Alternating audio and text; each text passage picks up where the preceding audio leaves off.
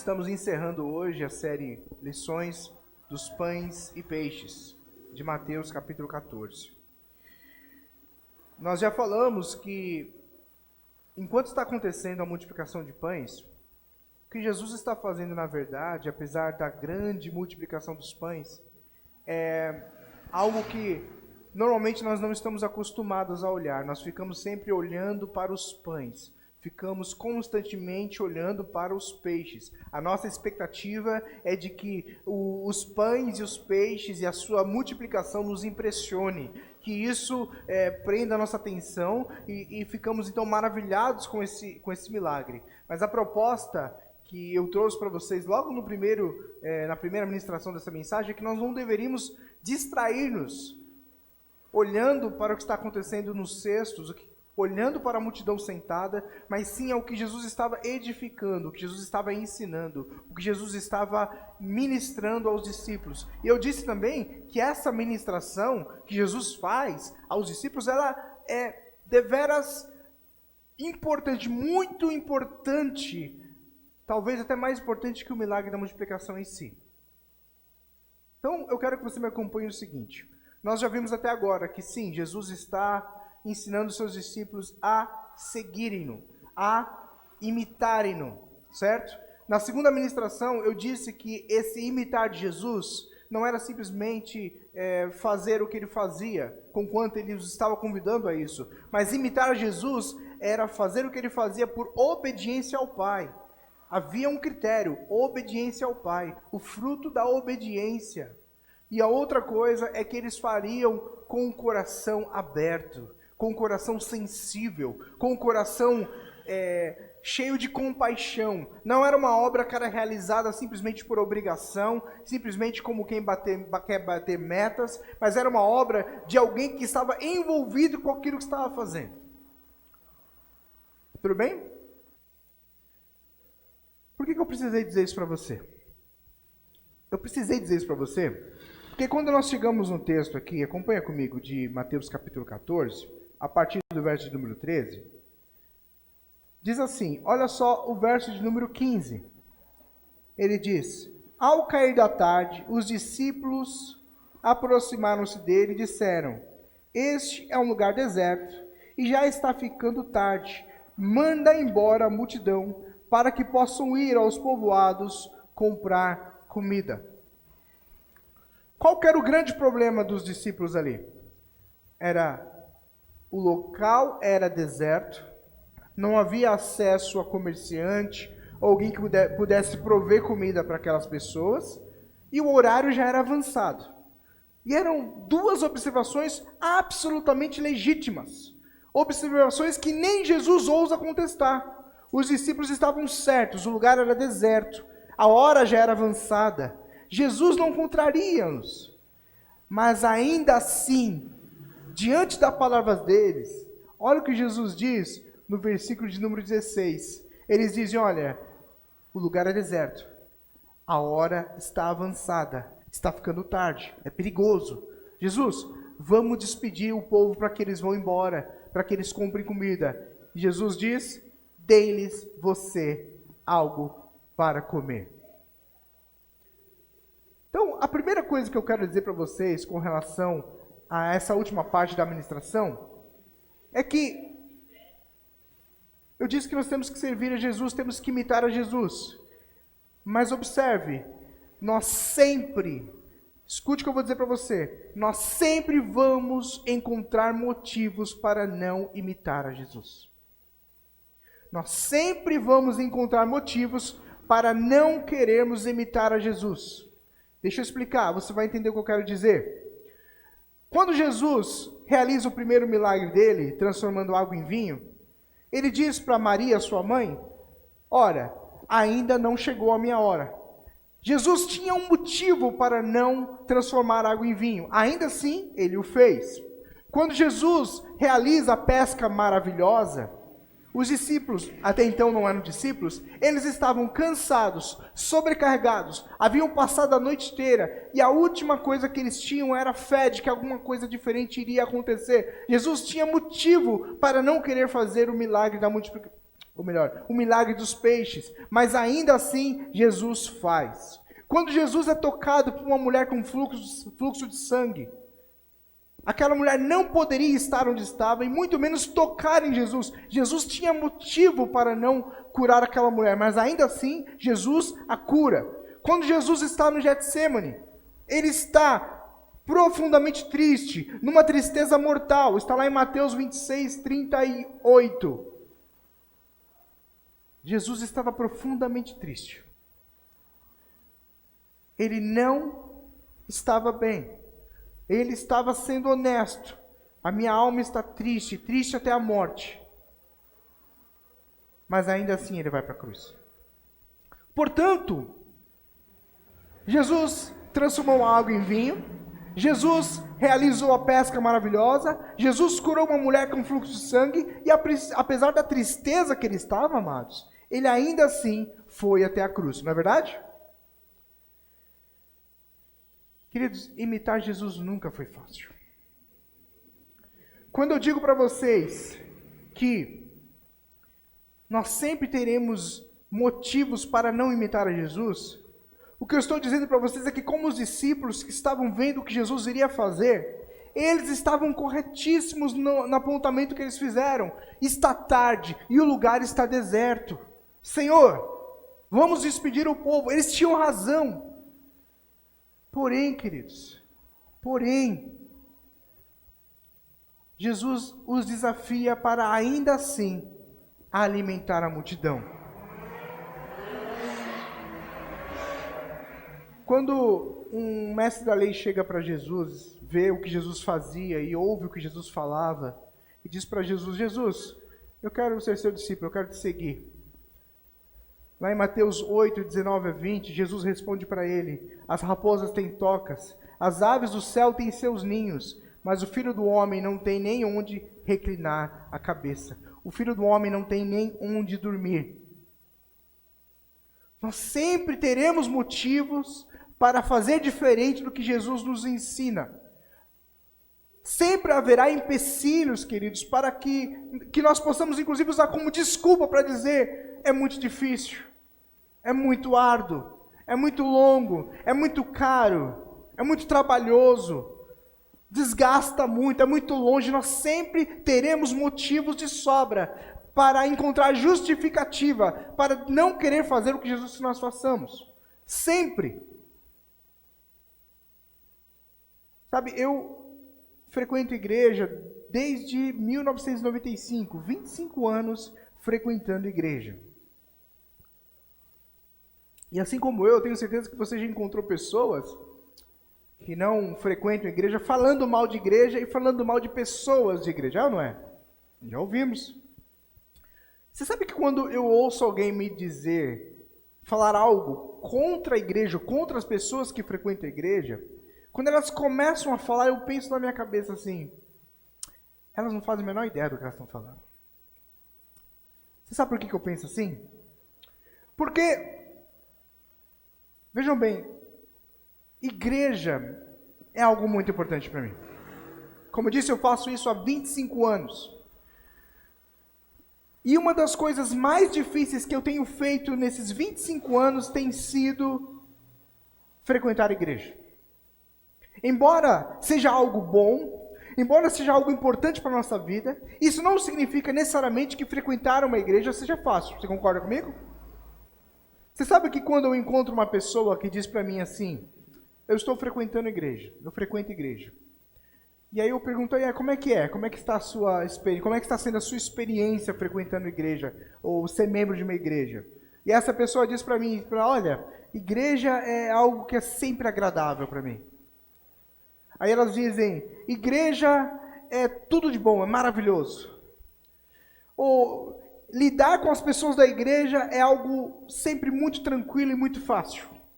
Quando pessoas dizem para mim, pessoas que frequentam a igreja, dizem para mim que igreja é sempre tudo bom, tudo agradável, e que é tudo sempre maravilhoso, e que na igreja as pessoas são legais, é sempre tudo tranquilo, tudo fácil, 3 coisas passam pela minha cabeça.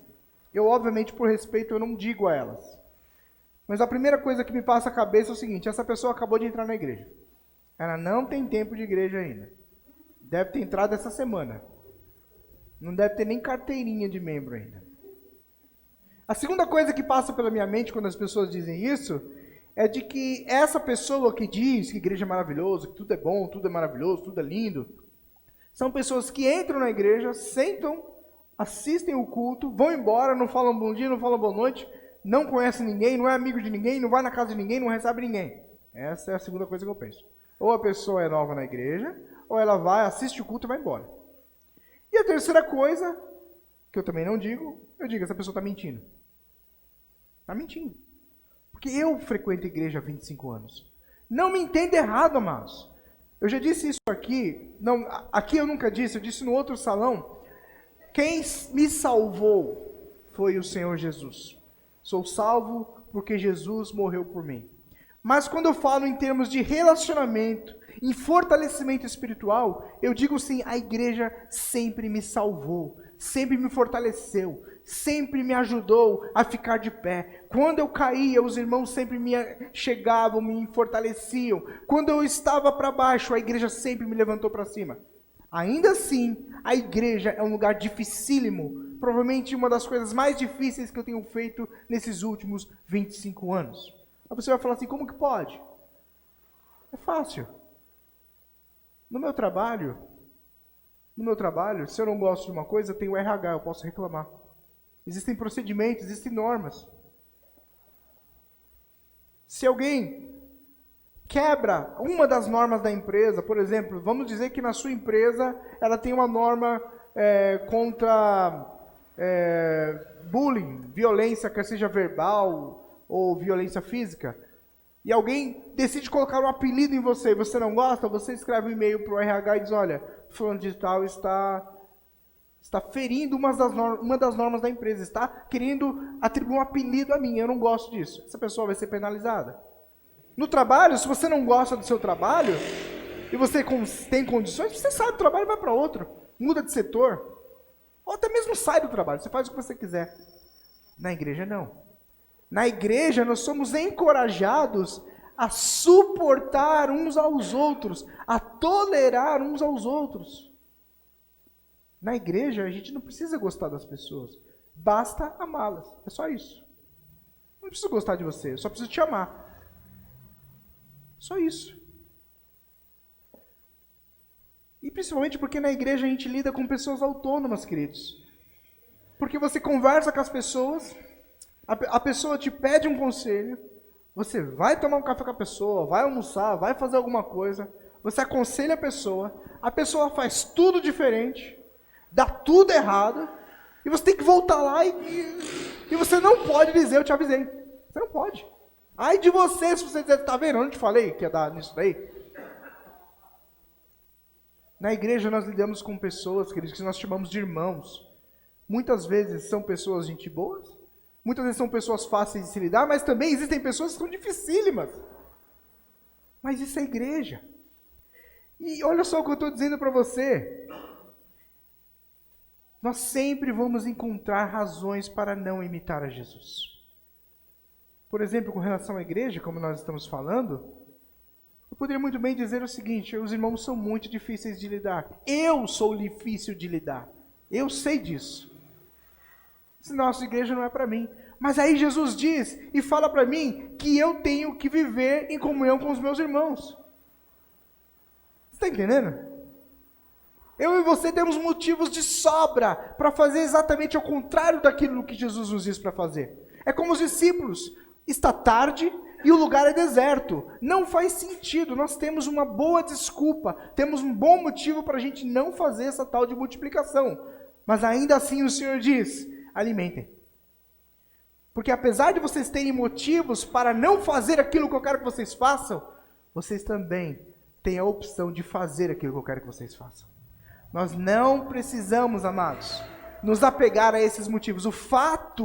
Note bem isso no seu coração. O fato de haver motivos de sobra para você não perdoar. O fato de haver motivos de sobra para você não reatar o relacionamento. O fato de haver motivos de sobra para você não restaurar uma coisa que foi quebrada. O fato de haver motivos de sobra para você sair por aquela porta e não voltar a mais. Jesus diz, ainda assim, eu quero que você faça. Você está entendendo isso? Amados, basicamente o que eu estou dizendo para vocês aqui, sim, existem circunstâncias que tornam muito difícil imitar ao Senhor Jesus. Imitar em tudo, no amor, no perdão, imitar na paciência, imitar em dar a outra face, imitar em dar novas oportunidades, imitar em ser generoso, imitar em fazer em tudo o que Ele fez. Mas toda vez que nós levantamos a bandeira, dizendo: Senhor Jesus, está tarde, não tenho de comprar comida, vamos dispensar o povo, Ele diz: alimentem-nos. Olha só o que diz 1 de Pedro, capítulo 2, versículo 21. Para isso vocês foram chamados, pois também Cristo sofreu no lugar de vocês, deixando-lhes os exemplos para que sigam os seus passos. 1 de Pedro, capítulo 2, verso 25. Pois vocês eram como ovelhas desgarradas, mas agora se converteram ao pastor e bispo das suas almas. João 14, verso 2. Na casa de meu pai há muitos aposentos, se não fosse assim, eu teria dito a vocês: vou preparar lugar para vocês. Por que eu li esse texto para vocês? Porque se nós temos motivos de sobra para não querermos imitar a Jesus, por outro lado, nós temos ainda mais, muitos mais motivos para imitar a Jesus. Porque Ele nos chama de povo, bispo, pastor das nossas almas. Pastor das almas. João 16, 33, ele diz: eu lhes disse essas coisas para que em mim vocês tenham paz. Neste mundo vocês terão aflições. Contudo, tenham bom ânimo, eu venci o mundo. Basicamente, o que eu quero dizer para vocês, meus queridos: seguir a Jesus nunca foi uma coisa fácil. A pessoa que diz que imitar a Jesus, ser como Jesus, andar como Jesus é simples, não entendeu nada. Aliás, eu diria, como alguém já disse no passado, imitar a Jesus é algo impossível, somente na dependência do Espírito de Deus. Somente com o Espírito de Deus dentro de nós, nós conseguimos reproduzir aquilo que Jesus reproduziu. Somente dessa maneira. A igreja no mundo, queridos, ela tem sofrido algumas mudanças. E essas mudanças, eu nem estou falando aquela questão antiga que nós dizíamos: o mundo está entrando na igreja. Não é nada disso que eu estou falando, conquanto essas coisas ainda sejam muito discutidas por aí. Mas a igreja, queridos, ela tem mudado a fim de querer agradar o seu público. A igreja tem mudado a sua retórica, a igreja tem mudado a sua fala, para que mais e mais pessoas decidam vir e ficar. A igreja tem mudado a sua identidade, a igreja tem encontrado motivos para não imitar Jesus, porque afinal de contas, quando Jesus abre a boca, o que as pessoas fazem? Elas vão embora, porque elas não suportam a manifestação do Evangelho. Então eu diria que nós, como igreja, temos motivo de sobra para mudar o nosso discurso, sim.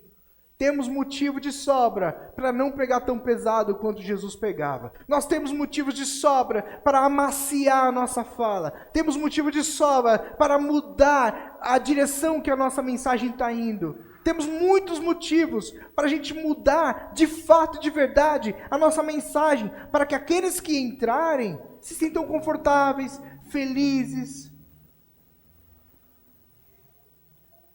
Mas nós também temos motivo suficiente para permanecermos fiéis à palavra, permanecermos fiéis ao Evangelho. Amados, quem me conhece há mais tempo, sabe que eu não tenho uma disposição de mudar a minha fala com relação ao Evangelho para que as pessoas fiquem e se sintam felizinhas, abençoadinhas, Se a palavra disser que a pessoa vai ser feliz, vai ser abençoada, eu não tenho o menor problema com isso, eu direi com todas as letras. Mas se a palavra está dizendo que nós precisamos nos arrepender, precisamos voltar e precisamos deixar de ser cara de pau, coração duro, pessoas perversas, é minha responsabilidade como pastor dessa comunidade de apresentar todo o conselho de Deus, toda a palavra, toda a palavra. Algum tempo atrás, eu ministrei uma mensagem onde falava sobre a cruz de Cristo. E naquela mensagem, não sei se algum de vocês se lembram, eu descrevi em detalhes todo o ritual de crucificação, desde os açoites até o caminho da Gólgota, até a crucificação em si. E eu fui descrevendo aquilo, e no final eu encerrei dizendo que tudo aquilo foi para que nós fôssemos reconciliados com Deus. Em outras palavras, os meus e os seus pecados caindo sobre Jesus, e o Filho de Deus santo, irrepreensível, sem pecado, sem culpa, recebendo os pecados, para que houvesse uma imputação dupla, a justiça dele recaísse sobre nós, e o nosso pecado sobre ele, a fim de que Deus olhasse para nós, e nos enxergasse como filhos de Deus. No dia seguinte, fui conversar com uma das pessoas que estavam no culto naquele dia, e conversando com essa pessoa, eu falei, meu querido, era um visitante, estava visitando a igreja, eu disse, como você entendeu a mensagem? Ele disse assim para mim, nossa, eu senti a mensagem sim, eu entendi sim, eu me senti muito leve com aquela mensagem, nossa, que mensagem me fez me sentir muito leve. Então eu disse para ele, com todas as letras, você não entendeu a mensagem. Não era para você se sentir leve. Não era para você se sentir mais felizinho, era para você se sentir miserável. Era para você se sentir no pó e na cinza, para você olhar para Deus e dizer, Deus, como é que o Senhor pode amar um traste como eu? Como é que o Senhor pode morrer por mim? Porque eu não morreria por mim. Eu sei que isso é meio estranho, mas eu não morreria por mim, porque eu me conheço. Então, nós temos sim motivos para não querer ser imitadores de Jesus. Nós temos muitos motivos para não querer fazer o que Jesus fala. Mas o fato desses motivos existirem, queridos, não significa que nós não tenhamos motivos também para abraçar as suas palavras, para deixar que as palavras de Jesus encontrem lugar no nosso coração e que nós transformemos essas palavras em práticas nossas. Então, meu primeiro conselho para você que está lá aqui olhando para a multiplicação dos pães, vendo Jesus estabelecer aqui alguns princípios importantíssimos para os discípulos. A primeira lição que eu dou para você é a seguinte: haverá momentos onde você vai se sentir inclinado a não fazer aquilo que o Senhor te ensina. Você terá motivos para não fazer, mas também você sempre terá motivos para fazer, que Ele te chama a obediência. Segunda coisa, olha só o verso 6, aliás, é o mesmo texto da multiplicação, só que do Evangelho de João, capítulo 6, versos 7 e 9. Diz assim, isso aqui também é a multiplicação só relatada por João. Filipe lhe respondeu, 200 denários de pão, ou melhor, 200 denários não comprariam pão suficiente para que cada um recebesse um pedaço.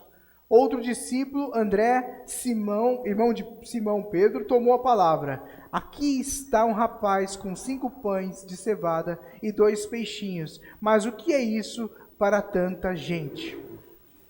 Isso aqui para mim é fantástico. Deixa eu te fazer essa pergunta. Responda aí no seu coração. Você acha que Jesus precisava dos discípulos para multiplicar os pães? Quem aqui acha? Você acha? Jesus não precisava, não é verdade?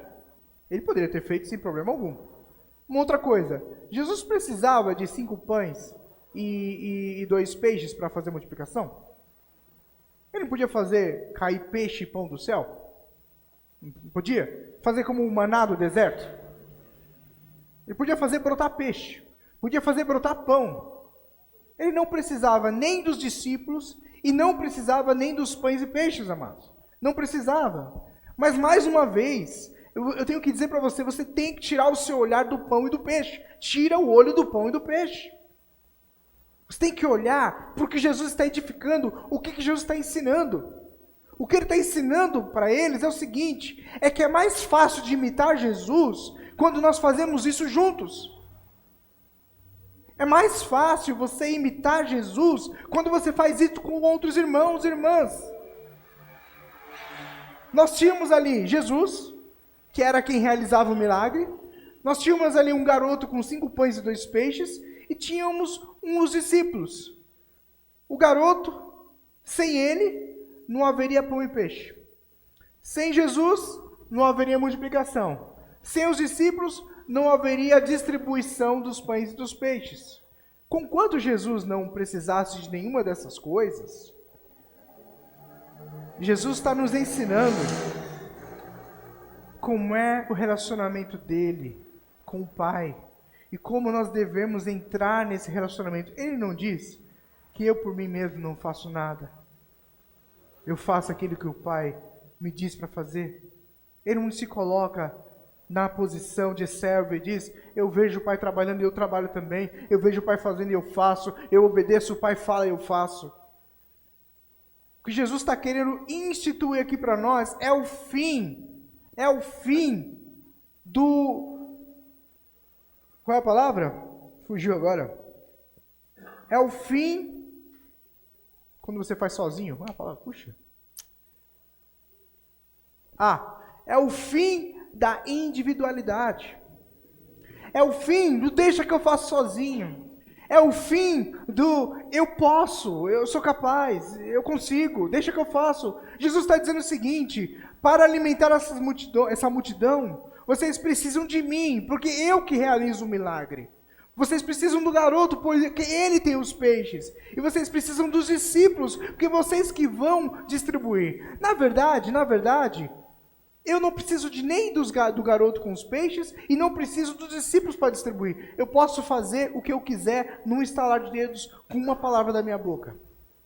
Mas o que ele está nos mostrando, amados, que mais importante do que ter a barriga cheia de pão e peixe, é a gente aprender a viver uma espiritualidade comunitária.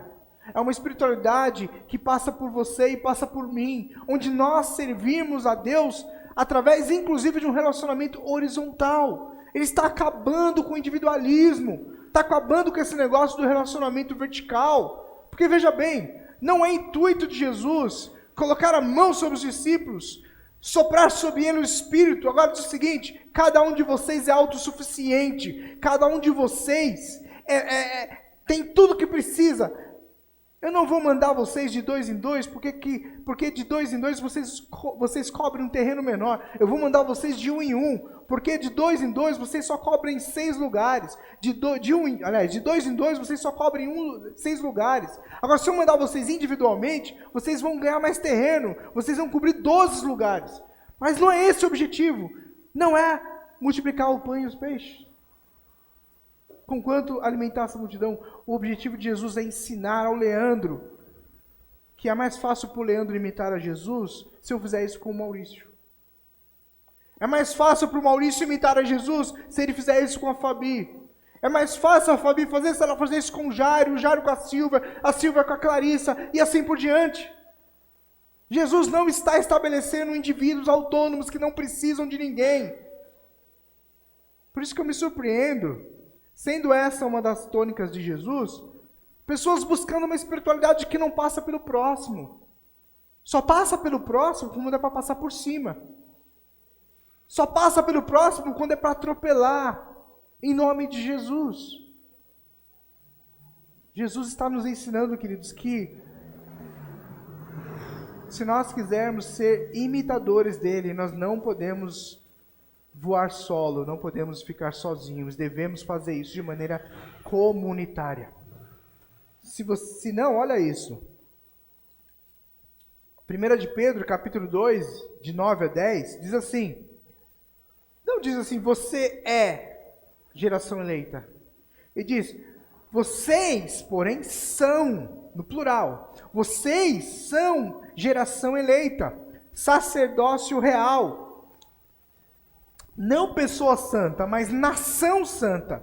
Não pessoa exclusiva, mas povo exclusivo de Deus. Para quê? Para anunciar as grandezas daquele que os chamou das trevas para a maravilhosa luz.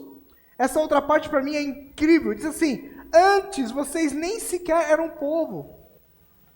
Vocês estavam sozinhos. Vocês estavam cada um na sua individualidade. Cada um de vocês achava que podia por si só. Eu tenho talento, eu tenho habilidades, eu sei fazer. Antes você nem sequer era um povo, mas agora são um povo de Deus. Não haviam recebido misericórdia, mas agora já a receberam. Amados, igreja, ela não é um lugar onde nós entramos e assistimos o culto. Entre outras coisas que nós fazemos, nós assistimos cultos, fazemos discipulado, ensaiamos, pregamos, mas a igreja ela extrapola as paredes desse local, amados. O que você diria se você comprasse um carro zero? Se comprasse um carro zero e o carro vem 5 marchas, câmbio manual mesmo, não é automático não, e você durante 1 ano, 2 anos que você dirige o seu carro, você só usa a primeira marcha. Você pega um carrão super potente, 5 marchas, e você comprou o carro em janeiro, passou-se 1 ano e você vai dar uma volta com alguém e a pessoa percebe que você só usa a primeira marcha e a pessoa pergunta para você, mas por que você está usando só a primeira marcha? Por que você não usa a segunda, a terceira? Mas como assim segunda, terceira e quarta? As outras marchas. Você não sabia que existem outras marchas? Não. Eu achei que esse carro só tinha uma. Queridos, a igreja, ela não tem só uma marcha. A igreja não é só entrar e assistir culto. A igreja, querido, são pessoas que querem imitar a Jesus e que discerniram que não conseguem fazer isso individualmente. Então, eu não sei se é para sua tristeza ou para sua alegria, as pessoas que estão aqui nessa noite, as pessoas que você se relaciona como igreja, elas não são apenas acessórios para que você diga é minha igreja. São indispensáveis para que você viva uma vida comunitária. São indispensáveis. Essas pessoas, até as mais difíceis, são também responsáveis para o seu crescimento. Inclusive aquelas que você tem que perdoar muitas e muitas vezes. Aquela que você tem que ter paciência muitas e muitas vezes. Aquelas que falam da maneira que quer, do jeito que quer, a hora que quer, muitas e muitas vezes. Você não pode simplesmente cortar a relação. Vocês já viram aqueles programas de TV, onde eles pegam uma pessoa solteira, ele não consegue arrumar uma namorada. Ele não consegue arrumar um namorado.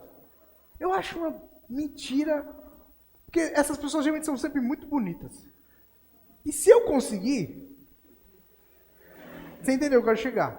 Então eles pegam uma pessoa, já viram isso? Vocês já estavam vendo um programa, olha, ele não consegue uma namorada. Rapaz, bonito, boa pinta, como assim não consegue?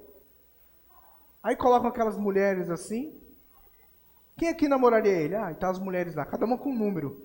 Aí o apresentador pergunta, número 1, faz uma pergunta ao número 1, você é vegetariana? Número 2, já traiu alguém? O pior que é estranho que algumas pessoas falam, já traí, né? Já está desclassificado na hora, né? Fica quieto. Mas enfim. Número 3, você gosta de sair? Número 4, sabe cozinhar? Aí o cara fica lá, acho que eu quero aquela ali. Vou tentar número 3. Por quê? Ah, porque ela gosta de cozinhar, gosta de festa, eu gosto de festa. Na igreja, amados, obviamente nós teremos pessoas que são mais próximas, que nós nos identificamos mais, não há problema algum com isso. Não há problema algum com isso. Alguém diz assim, na igreja não pode ter panela. Não tem problema ter panela. Se a tampa estiver aberta, pode ter quantas panelas forem necessárias. As pessoas se sentem à vontade para entrar. Mas você tem que ter, eu diria mais, você tem que ter a sua panela. Tem que ter aquelas pessoas que você conversa mais, aquelas pessoas que você se identifica mais. Você não vai sair falando da sua vida para todo mundo.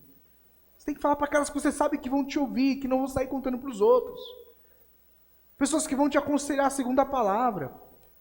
Mas eu quero dizer o seguinte, conquanto nós tenhamos a nossa panela, nós não podemos cortar relações com as pessoas. Aquele ali no fundo, ó, aquele ali do lado da Gabi, eu não sei não. Vou cortar aquele cara, não quero. Número 2, e você? Como que você é? Você gosta de sair? Você sabe que a igreja é comparada a quê? O apóstolo Paulo compara a igreja com um corpo, não é verdade? E ele diz assim: há diferentes tipos de dons, mas o Espírito é o mesmo.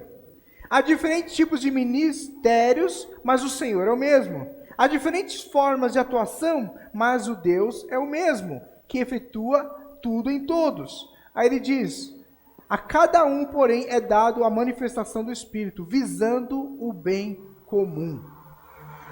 Visando o bem comum. Eu sei que é difícil de acreditar, mas aquele irmão, aquela irmã que é chata, ele está lá para o bem comum da igreja. De alguma maneira, nem que seja para exercitar a sua paciência. Nem que seja para ajudar você a correr quando encontra ele na rua, fazer um exercício.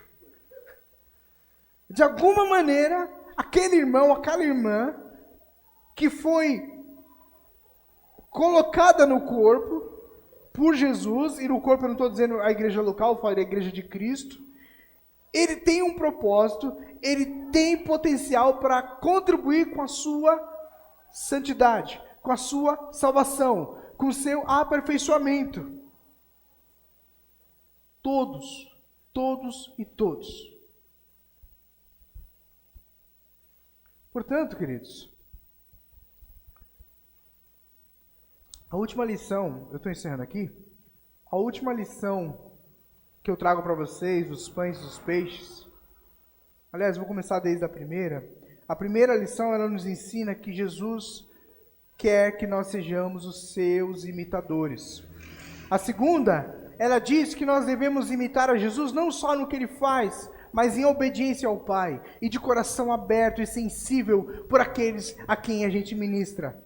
E terceiro, nós sempre encontraremos motivos para não querer imitar Jesus. Porém, sempre encontraremos muito mais motivos para querer fazê-lo. E que ao fazê-lo, percebemos que é mais fácil imitar a Jesus se fizermos isso juntos como corpo de Cristo, não individualmente. Que Deus abençoe a palavra dele em nome de Jesus.